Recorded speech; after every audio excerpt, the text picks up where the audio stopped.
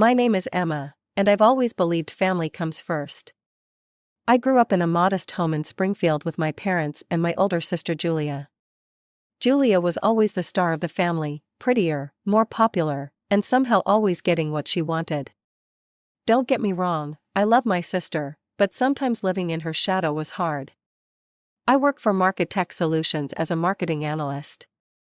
I've been there for 5 years, grinding away, staying late, and taking on extra projects. Last Tuesday, my boss called me into his office, and I was sure I was in trouble for something. "Emma, take a seat," Mr. Thompson said, gesturing to the chair across from his desk. "I've been watching your performance over the past year, and I'm impressed." I shifted nervously in my chair, waiting for the but that usually followed such statements. "We're opening a new branch in Colorado, and I'd like you to head up the marketing department there. It comes with a substantial raise and, of course, relocation expenses covered. Think about it and let me know by the end of the week." I floated through the rest of the day. This was it, the break I'd been waiting for.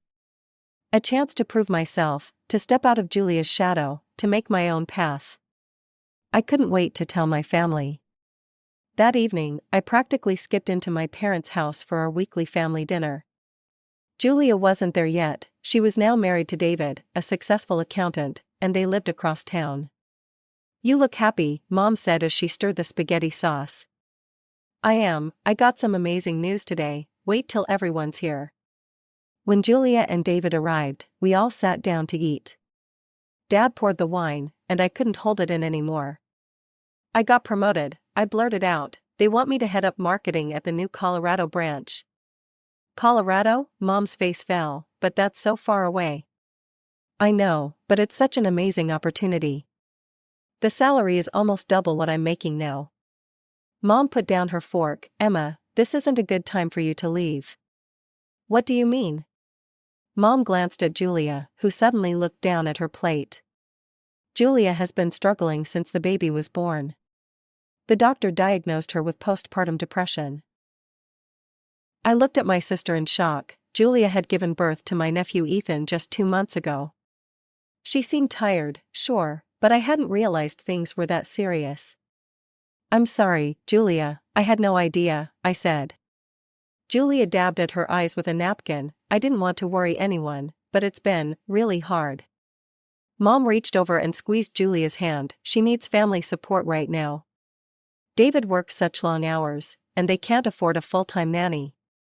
"We were actually thinking," Dad added, "that it might be best if Julia and David moved in here for a while, just until she gets better." I felt my dream slipping away, but the promotion. "There will be other promotions," Mom said firmly. "Family comes first, Emma. Julia needs you right now."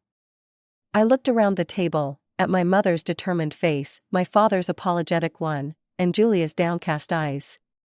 I thought about the opportunity slipping through my fingers, but also about my tiny nephew who needed his family. "You're right," I said finally, "family comes first. I'll tell Mr. Thompson I can't take the position." The relief on my mother's face was immediate. "You're doing the right thing, Emma." Julia reached across the table and squeezed my hand. "Thank you," she whispered. "I don't know what I'd do without you." A week later, Julia, David, and baby Ethan moved into our parents' house. I stayed at my current position but negotiated a small raise. It wasn't Colorado, but it was something. I started giving $2,000 of my monthly salary to help with Julia's medical bills and baby expenses. My routine quickly changed. I'd work all day, come home for a quick dinner, then take over baby duty while my parents cooked and Julia rested. I'd rock Ethan, change diapers, give him baths, and put him to bed. By the time I crawled into my own bed, I was exhausted. But this was temporary, I told myself. Julia would get better, and then life would return to normal. I'd get another chance at advancement. For now, family came first. We Wilsons stuck together through thick and thin. The weeks turned into months, and before I knew it, an entire year had passed. My life had fallen into a predictable routine: work, home, babysit, sleep, repeat. I was exhausted all the time, but I kept telling myself it was worth it for my family. Every morning, I'd rush out of the house while Julia was still too tired to get up with Ethan.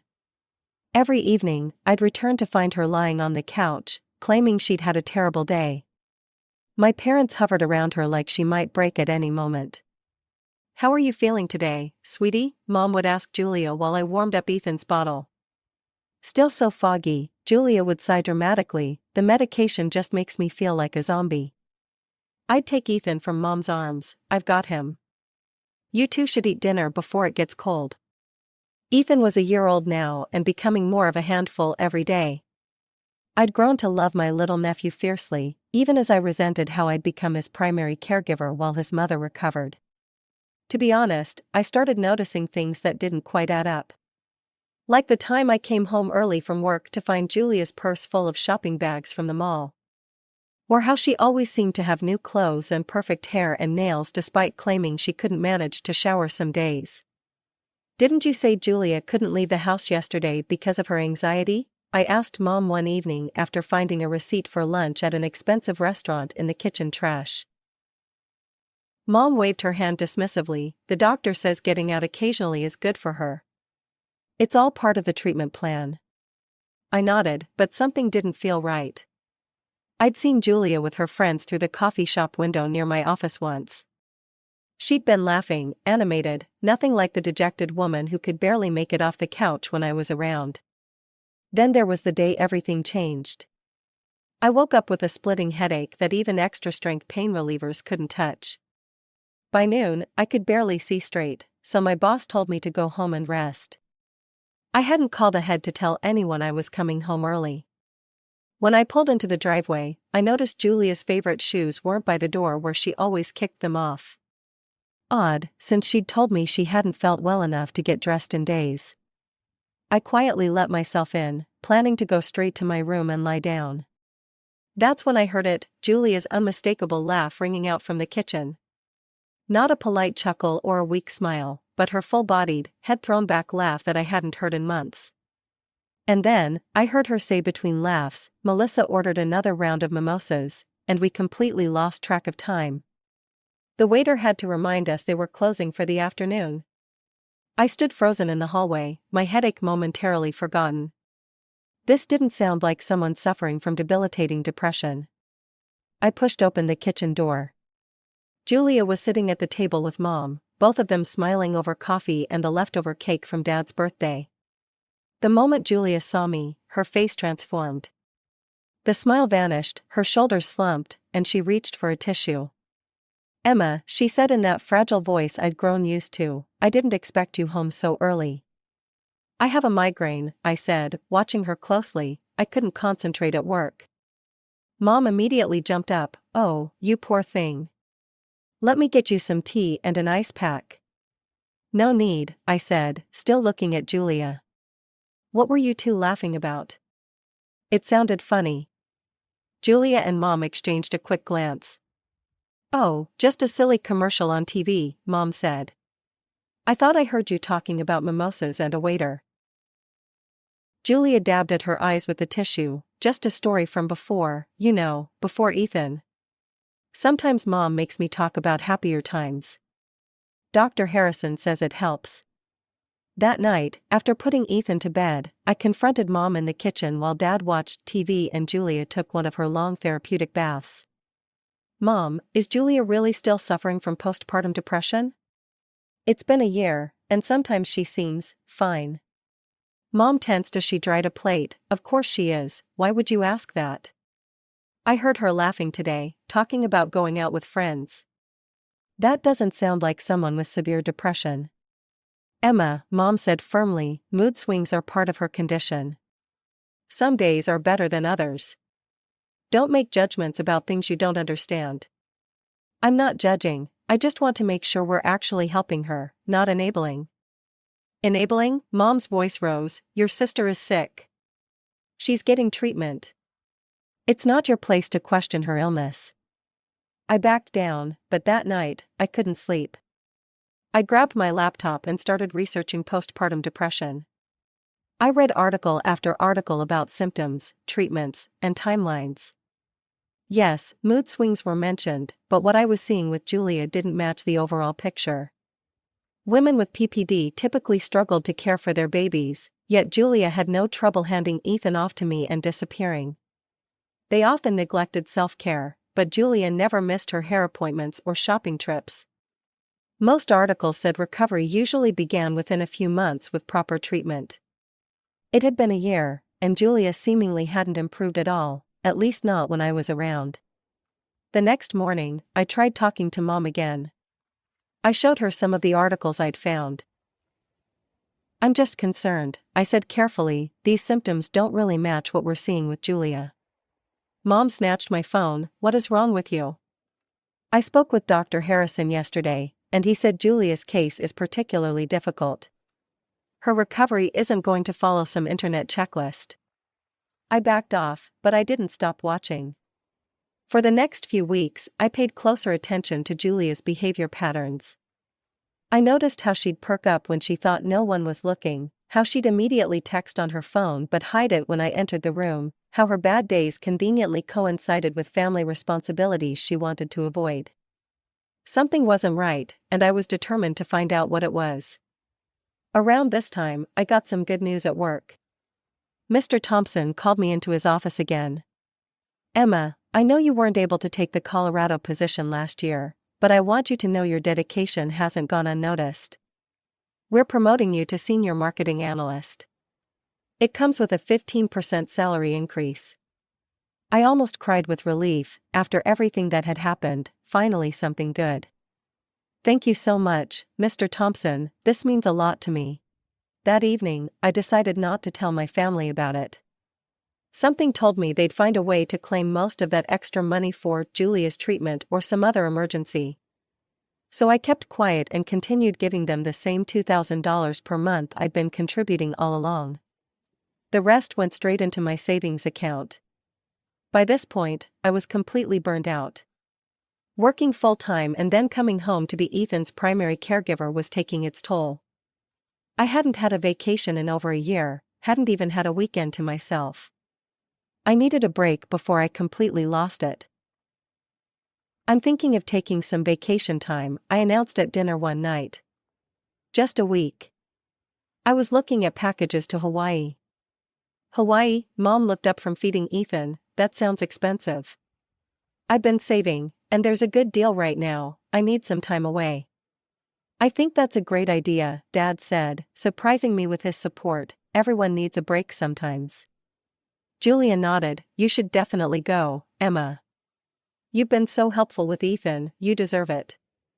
Their easy agreement made me suspicious, but I was too excited about the prospect of a vacation to dwell on it. I booked my flight and a room at a beachfront hotel for the second week of May, just a month away. For the first time in ages, I had something to look forward to. I mentioned my trip frequently over the next few weeks, partly because I was excited and partly to make sure everyone remembered I'd be gone. I even put it on the family calendar in the kitchen and arranged for extra time off work. The day before my departure, I came home from work to find Julia and David in the living room, surrounded by suitcases. "What's going on?" I asked, a sinking feeling in my stomach. David looked apologetic. "Julia's doctor thinks she needs specialized treatment. There's a facility in Malibu that offers an intensive program for treatment-resistant postpartum depression." "Malibu," I repeated. "When are you going?" "Tomorrow morning," Julia said, "for a week." "A week? But that's..." "We know it overlaps with your vacation," Mom interrupted, coming in from the kitchen. "It's unfortunate timing, but Dr. Harrison says Julia can't wait any longer for this treatment." "So who's going to watch Ethan?" I asked, already knowing the answer. "We were hoping you could postpone your trip," Dad said, "just for a few weeks." I stood there, stunned by their audacity. "My flight is tomorrow. I'll lose the deposit on the hotel and the money for the plane ticket." Julia's eyes welled up with tears. "I'm so sorry, Emma. I didn't plan for this to happen, but Dr. Harrison says this program could be what finally helps me get better." I looked at their faces, Julia's calculated tears, Mom's stern expression, Dad's guilty avoidance, and David's obvious discomfort. Something inside me snapped. Fine, I said tightly, I'll cancel my trip. Later that night, after making the calls to cancel everything and losing nearly $800 in non-refundable deposits, I sat on my bed and felt something I hadn't allowed myself to feel in a long time: pure, unadulterated anger. This was too convenient, too perfectly timed to ruin my plans. The next morning, Julia and David left for their treatment program in Malibu. Mom and Dad went out too, Dad to golf and Mom to her book club. I was alone with Ethan, as usual. After putting him down for his nap, I stood in the hallway, staring at Julia and David's bedroom door. I'd never snooped before, but now I needed to know the truth. I pushed open the door and began searching. The dresser drawers contained nothing unusual. The closet was full of new clothes with tags still on them. I checked the bedside tables, nothing. No prescription bottles, no doctor's notes, no therapy worksheets. Nothing to indicate Julia was in treatment for anything. Then I spotted her laptop on the desk, still open and unlocked. I hesitated only a moment before sitting down to look. Her email and social media were open in various tabs. I clicked on her Facebook messages and found a long thread with her friend Melissa, the same Melissa from the mimosa story I'd overheard. My hands shook as I scrolled through weeks of messages. Julia complaining about having to act depressed when I was around, and then I saw my name. Melissa, does Emma suspect anything? Julia, no way, she's such a naive fool, doesn't notice a thing. Just hands over the cash and babysits for free, it's almost too easy. I felt sick as I kept reading. Julia, I'm thinking we can stretch this out for at least another year. Then I can recover, get back to work, and put Ethan in daycare. By then Emma won't be as useful anyway. Melissa, your parents are still on board? Julia, totally, they'll tell Emma I'm cured when we decide it's time. They love having their favorite daughter and grandson living with them, and Emma's money helps everyone. It's a perfect setup. Melissa, you're a master of intrigue, Jules. But don't you feel bad about taking advantage of your sister? Julia, why should I? She's always been jealous of me anyway. Besides, she can afford it. And we've saved so much on childcare this year. I sat back, my whole body numb with shock. It was all a lie, every tearful episode, every bad day, every excuse. Julia had been faking her depression for an entire year while I worked myself to exhaustion caring for her child and giving them my money. And my parents knew, they were in on it. My phone buzzed with a text from Mom, can you have dinner ready by 6? We're bringing home Chinese for ourselves but forgot to ask what you want. They weren't even bringing food for me. It was such a small thing, but somehow it crystallized everything. I snapped photos of Julia's conversations as evidence, then closed the laptop exactly as I'd found it. I spent the next few days pretending everything was normal while secretly making arrangements. I called my friend Stacy, who'd been urging me to get away from my family for months. I need a place to stay while I look for an apartment, just for a few weeks. Stay as long as you need, Stacy said without hesitation, I've got your back. I waited until the day before Julia and David were due to return from their treatment program in Malibu, which was probably just a luxury vacation. I'd seen their social media posts that they thought were hidden from me: poolside drinks, spa treatments, beach walks. That evening, I started packing my bags while my parents were downstairs watching TV with Ethan. When I came down with my suitcases, the look on their faces was priceless. Emma, Mom stood up, what's going on? I'm leaving, I said simply. Dad frowned, what do you mean you're leaving? You can't leave now, Julia's not even home. Exactly, Julia's not home because she's on vacation in Malibu, not getting treatment for an illness she doesn't have. My parents exchanged panicked glances. Emma, you're not making any sense, Mom said, her voice wavering. Julia is very sick, she's at a specialized treatment facility. I pulled out my phone and showed them the photos I'd taken of Julia's messages with Melissa. She's been faking it, for a year, and you both knew. Mom's face went white, Dad started stammering about misunderstandings. You've all been using me, I said, surprised at how calm my voice sounded.